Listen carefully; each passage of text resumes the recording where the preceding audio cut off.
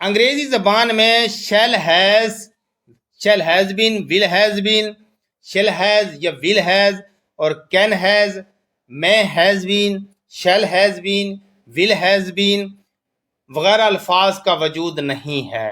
अब देखें इन अल्फाज का वजूद ही नहीं है तो आपने ये अगर जुमले में इस्तेमाल किया तो आपका सेंटेंस गलत हो जाएगा, जो कि ग्रामेटिकली मिस्टेक है और आपके नंबर कट जाएंगे। तमाम फाइलों के साथ will have been, may have been, shall have been लगाएं।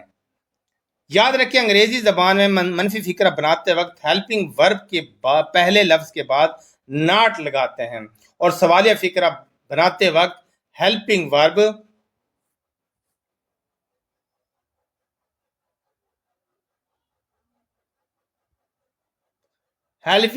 के पहले लफ्ज को फाइल से पहले लिखते हैं।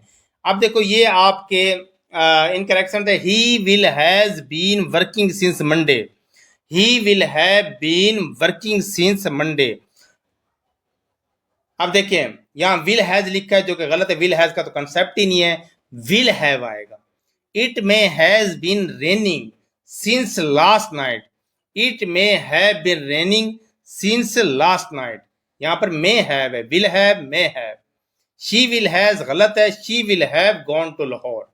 अब इसी को अगर हम नेगेटिव बनाए, पहला सेंटेंस देखें, he will not has been आएगा, यह गलत होगा। ही विल हैज नॉट गलत, he will has been not गलत, he will not has been working since Monday. इस तरह इसको नेगेटिव बनाए, इट मे, इट विल, यहां पर देखें ना he will has not been लिखा हुआ तो he will not have been, ये करेक्ट सेंटेंस आ जाएगा। इट मे हैव नॉट गलत है, it may not have been since last night. अब देखो she will not have gone to Lahore. अब इसी को अगर हम इंट्रागेटिव बनाए, सवाल फिक्रे, अब करेक्ट सेंटेंस को देखें, विल ही हैव आएगा और मे इट हैव आएगा, विल शी हैव आएगा।